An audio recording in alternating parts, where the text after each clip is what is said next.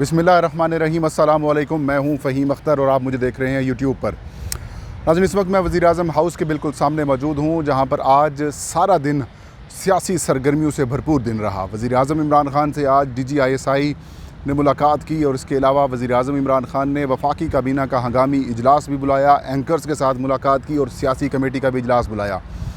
अहम और बड़े फ़ैसले ले लिए गए हैं और जो वफाकी हुकूमत है उसके कुछ हालात जो हैं नाज़रीन वो पतले दिखाई दे रहे हैं। वज़ीर-ए-आज़म इमरान ख़ान के ख़िलाफ़ अपोजिशन जमातों ने PTI के ख़िलाफ़ अपनी अक्सरियत साबित कर दी है। MQM पाकिस्तान ने गैर मुतवक्के तौर पर जो है वो अपोजिशन के साथ जाने का फ़ैसला कर लिया है। MQM के कारकुनान की जानिब से कुछ मुखालफत उसकी की जा रही है, लेकिन वो जो कहते हैं कि जो न्यूट्रल हैं वो न्यूट्रल्स हैं, उनके हवाले से भी कुछ चीज़ें सामने आ रही हैं। आज वज़ीर-ए-आज़म इमरान ख़ान ने कुछ इजलासों में बड़ी अहम और दिलचस्प गुफ्तगू की है, उसका भी अहवाल बताएंगे और कौन से और ऑप्शंस हुकूमत के पास मौजूद हैं। क्या इस सारी गेम में नंबर गेम में तो देखें तो अपोजिशन की पोजीशन काफ़ी हद तक मुस्तहकम हो चुकी है। हुकूमत के पास ऑप्शंस कम दिखाई दे रहे हैं। कौन लूज़ करेगा, कौन जीतेगा, ये वक्त बताएगा, लेकिन सियासी तौर पर इमरान ख़ान जो हैं वो काफ़ी ज़्यादा मजबूत हुए हैं। अब इमरान ख़ान क्या करने जा रहे हैं, कौम से अचानक उनका जो खिताब क्यों मौखर किया गया है, इसकी वजूहात बताएंगे। आज नाज़रीन एक बार फिर इस्लामाबाद जो है वो सियासी जो कह सकते हैं कि जो गर्मा गर्मी है या फिर सियासी जो मौज़ूआत है उनका महवर रहा। पूरे पाकिस्तान में अब एक ही बात डिस्कस हो रही है, क्या तहरीक इंसाफ की हुकूमत बरकरार रह पाएगी या नहीं रह पाएगी, इसके ऊपर डिबेट्स चल रही हैं। आज भी अपोजिशन जमातों ने जो है वो जोड़ तोड़ का सिलसिला जारी रखा और उन्होंने MQM पाकिस्तान की जो 7 अरकान हैं वफाकी हुकूमत में जो शामिल थे उनको अलग कर लिया। ये अब्दुल कादिर मेरे साथ आए हैं। अस्सलाम वालेकुम कादिर साहब। क्या हाल है भाई साहब? बेहतरीन, आप बताएं।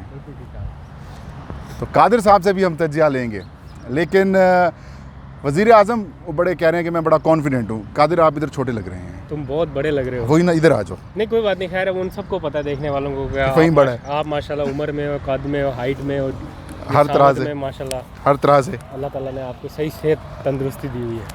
तो कादिर साहब, ये एडिट नहीं करना? अच्छा नहीं करना, नहीं ऐसे जाएगा। हाँ। ये मेरा स्टाइल ही नहीं है, मैं बिल्कुल। हाँ। कादिर साहब, हाँ। खान साहब की अक्सरियत ख़त्म हो गई है, फिर भी फैसल जवेद कह रहे हैं कि यार इमरान खान जीतेंगे।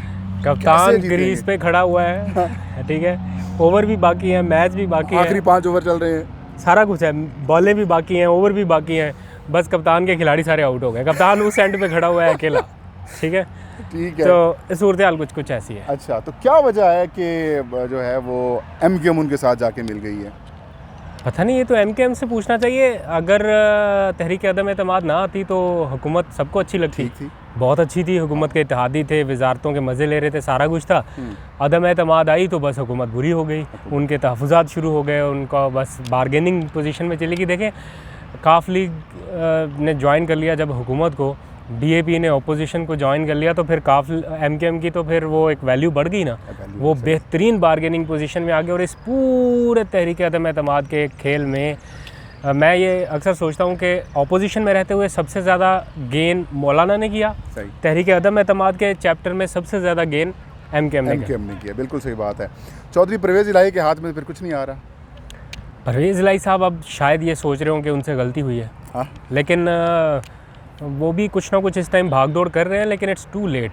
सही बात। उन्होंने भी फैसला करने में देर की, फिर गलती यहाँ पे भी हुई कि जब फैसला हो गया तो फ़ौरन अनाउंस कर दिया। सही। मेरी कल हुकूमत के कुछ बहुत ही अहम बुज़रा से बात हो रही थी, मैं था, उमर, रिजवान, हम बैठे हुए थे। हाँ, सॉरी आप भी थे। यस।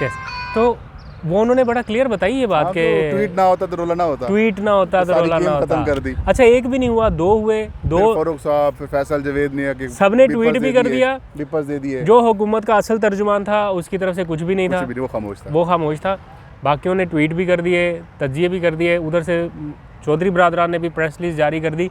अगर वो ना होता उस टाइम, ये थोड़ा सा गैप देने के बाद इत्तेहादियों के साथ मिला के हो सकती थी, वहाँ पे थोड़ा गलत हो गया। क्या ये जो न्यूट्रल हैं पाकिस्तान इसका मुतामिल हो सकता है?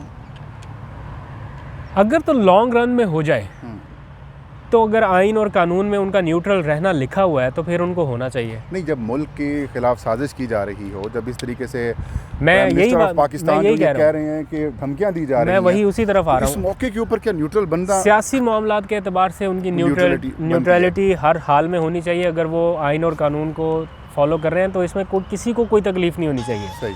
उनके डाई हार्ट वर्कर्स को, पीटीआई के को भी नहीं होनी चाहिए कि यार एक इंस्टीट्यूशन अपने आप को न्यूट्रल कर रहा है। लेकिन हाँ, अगर मुल्क की सलामती को ख़तरा है, आपके मुल्क की खारजा पॉलिसी के महाज पर कोई बड़ा चैलेंज दरपेश है, आपकी रियासत को दरपेश है, तो उस सूरत में उनको फ्रंट फुट पे आना चाहिए, रियासत के साथ होना चाहिए। इस टाइम मैं यकीन से कह सकता हूँ कि आधा पाकिस्तान फ़ौज की तरफ देख रहा होगा कि उनका क्या माइंड सेट है, उनकी तरफ से क्या। मैं ये नहीं कहता कि वो आके इमरान खान की, पूरा पाकिस्तान, मैं ये नहीं कहता कि वो आके इमरान खान की हुकूमत बचाए या इमरान खान को सपोर्ट करे, लेकिन इस मामले पे, इस नैरेटिव पर कि अगर रियासत मुखालिफ कोई चीज़ हो रही है तो एटलीस्ट उनकी तरफ से एक छोटी मोटी प्रेस रिलीज, एक प्रेस नोट, कोई ना कोई चीज़ आनी चाहिए कि भाई ये हम आपकी ये जिम्मेदारी है, आपने सरहदों की हिफाजत करनी है, आपने मुल्क की हिफाजत करनी है, कम से कम आपकी तरफ से क्लैरिटी आनी चाहिए ताकि जो अभाम है वो खत्म हो। लेकिन इसी मामले पर जो ख़त वाला मामला प्राइम मिनिस्टर इमरान खान ने या एक हुक्मरान जमात ने इतना पीक तक पहुँचा दिया है, दूसरे स्टेक होल्डर्स की तरफ से उसको उतना सीरियस नहीं लिया जा रहा जाती है। तो इस सारे सिचुएशन में अब हम कह सकते हैं कि तसव्वुर ये करते हैं कि शहबाज शरीफ वज़ीर आज़म है, आसिफ ज़रदारी सदर है, मुस्लिम लीग नून, People's Party, MQM, BAP, JUI, सारी जमातें हुकूमत में हैं, इमरान खान अपोजिशन में है। 3.5 साल मुश्किल वक्त गुजार लिए, हमने कोरोना देखा, हमने बाकी मौशी बहरान देखा, अब कुछ मामला इस्तेहकाम की तरफ जा रहे हैं मौशी तौर पर। तो ऐसे में क्या अपोजिशन महंगाई ख़त्म कर पाएगी?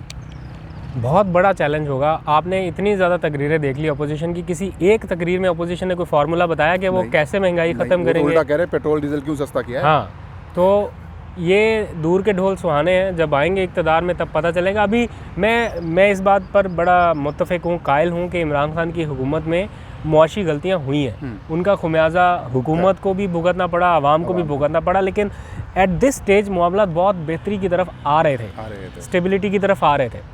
अभी आगे एक और धचका, सियासी अपसेट, ये कौम के लिए मसले का बाइस बन सकता है। 182 का डॉलर हुआ पड़ा है। जी हाँ, बिल्कुल बिल्कुल। ओवरऑल अगर हम देखें पॉलिटिकली, इमरान खान 1.5 साल अपोजिशन करते हैं, ये हुकूमत करते हैं, महंगाई कंट्रोल नहीं होती, इमरान खान को साजिश के तहत बाहर निकाला गया। 2023 में क्या देखते हैं, कौन मतलब या अर्ली इलेक्शंस होते हैं तो इमरान खान को किस पोजीशन पे देखते हैं आप? देखिए, मुझे तो ऐसा लगता है कि अर्ली इलेक्शन ही है, अक्टूबर 2022 तक इलेक्शन हो जाएंगे। अक्टूबर, नवंबर, दिसंबर तक। हाँ, इलेक्शन कमीशन को 7 महीने चाहिए। हाँ, नवंबर के बाद ही। हाँ, नवंबर के बाद जो है ना, वो इलेक्शन मुझे लग रहा है कि हो जाएंगे, और फिर देखेंगे किसके पास क्या आता है। अगर न्यूट्रल, बिल्कुल न्यूट्रल ही रहे तो जो भी होगा इस कौम के हक़ में बेहतर होगा। देखिए, आवाम जिसे मुंतखब करे, अगर वही बिल्कुल लेटर स्पिरिट में वही आए, फिर इनको अगर अब न्यूट्रल हैं तो फिर तब भी न्यूट्रल रहना होगा। मैं वही कह रहा हूँ कि फिर तब भी न्यूट्रल अगर हुए तो फिर देखते हैं आवाम किसे मुंतखब करती है। खान साहब रिज़ाइन करेंगे या फिर वो शिकस्त खाएंगे उधर? रिज़ाइन करने के मूड में लग तो नहीं रहे। जो उनके करीबी लोग हैं वो भी यही बताते हैं, उनकी बॉडी लैंग्वेज भी यही है, वो ख़ुद अपने मुंह से ये कह चुके हैं कि मैं क्यों रिज़ाइन करूं, किस बात पे रिज़ाइन करूं। वो हाई मॉरल नोट पे कुछ छोड़ना चाहते हैं, अगर गया भी हुकूमत से निकले भी तो किसी हाई मॉरल वैल्यूज़ पे छोड़ना चाहते हैं। आई डोंट नो तहरीक अदम एतमाद कामयाब क्यों, अभी भी कुछ आवाज़ें इधर उधर से आ रही हैं कि वोटिंग तक शायद नौबत ना जाए, तहरीक अदम एतमाद नाकाम। रियलिटी में ऐसा नहीं लग रहा कि ऐसा होगा, लेकिन हुकूमत ने कोशिश तो की है कि उनको ख़त दिखाएं इत्तेहादियों को, वो आए नहीं। हाँ, लेकिन आसपास से कहीं ना कहीं से ऐसी आवाज़ें हल्की हल्की अभी भी आ रही हैं। तो देखते हैं, अभी भी 48-72 घंटे पड़े हुए हैं। लेट्स सी, सियासत में कुछ भी हो सकता है, किसी भी टाइम कोई भी कुछ भी हो सकता है। लेकिन मेरा अपना ज़ाती ख्याल है कि ये इमरान खान साहब को ये ख़त जो है वो रेस्क्यू नहीं कर सकेगा, क्योंकि मैंने बताया इसको बाकी स्टेक होल्डर्स उतना सीरियस नहीं ले रहे जिस नोट पे गवर्नमेंट ने पहुंचा दिया है। हो सकता है कि गवर्नमेंट ने इसको ज़्यादा भी एग्जैजरेट कर दिया हो, ये उस लेवल का थ्रेट ना हो जिस लेवल का बनाया जा रहा है। लेकिन चूंकि हमने पढ़ा नहीं है, इसलिए उसके ऊपर इस तरह से तबसरा नहीं हो सकता। आज सीनियर साफ़ी मिले हैं, उसमें से क्या आउटकम निकलता है ये जाके देखेंगे। लेकिन अगर एक मुल्क का प्राइम मिनिस्टर ये कह रहा है कि उसकी हुकूमत के ख़िलाफ़ साजिश हुई, देखो एक चीज़ तो समझने वाली है, 7 मार्च को ये लेटर हुकूमत के बकौल उन्हें मौसूल हुआ, वज़ीर आज़म ऑफिस को या हुकूमत को। 8 मार्च को हमारी प्राइम मिनिस्टर इमरान खान से मुलाकात हुई। उसी मुलाकात में प्राइम मिनिस्टर ने ये हिंट दिया, जब उनसे ये सवाल पूछा गया कि क्या आपकी हुकूमत गिराने में कोई बैरूनी अनासर मुलव्वस है तो उन्होंने कहा कि हाँ फ़ौरन हैंड्स इन्वॉल्व हैं जो मेरी हुकूमत को गिराना चाहते हैं। समझते हैं कि इमरान खान साहब से या फिर पीटीआई से थोड़ी सी गलती हुई है। अगर जैसे उनको ये ख़त मिला था उसके 2-4 दिन के बाद इत्तेहादियों के साथ, अरकान असम्बली या फिर कैबिनेट मेंबर्स के साथ वो शेयर करते और कहते ये कॉन्स्पिरेसी हो रही है। वो नहीं करना चाह रहे थे उस टाइम पे, शेयर नहीं करना चाह रहे थे। सीक्रेट एक्ट भी है, बाकी सारे मसले मसाइल भी हैं। तो यही था कि इसको अभी सिर्फ अस्करी क़यादत तक ही महदूद रखा जाए। ये तो हंगामी सूरत हाल इस नोयत की बन गई कि फिर एट द एंड कोई चारा नहीं रहा तो प्राइम मिनिस्टर ने कहा कि ठीक है मैं अब सबके सामने ये रखता हूँ। अगर ना नौबत आती, इत्तेहादी उनके साथ ही होते तो हो सकता है ये लेटर के बारे में इतना डिस्क्लोज़ करते भी ना। बहुत शुक्रिया अब्दुल कादिर। आपने नाज़रीन देखा, अब्दुल कादिर के व्यूज़ सुने। 72 घंटे अभी भी हैं। कादिर भाई कह रहे हैं कि 72 घंटे में कुछ भी हो सकता है, लेकिन मेरी इतलात के मुताबिक जो है वो नहीं, मैं ये नहीं कह रहा कि 72 घंटे में कुछ भी हो सकता है। मैं ये कह रहा हूँ कि अभी 72 घंटे पड़े हैं, पॉसिबिलिटी तो होती है ना, होने को कुछ भी हो सकता है, लेकिन जो सिचुएशन है वो गवर्नमेंट की फेवर में बिल्कुल भी नहीं है। तो नाज़रीन ये थी आज की वीडियो। इंशाल्लाह नेक्स्ट वीडियो में नई खबर नए इशू के साथ हाजिर खिदमत होंगे। तब तक अल्लाह हम सब का हामी नासिर।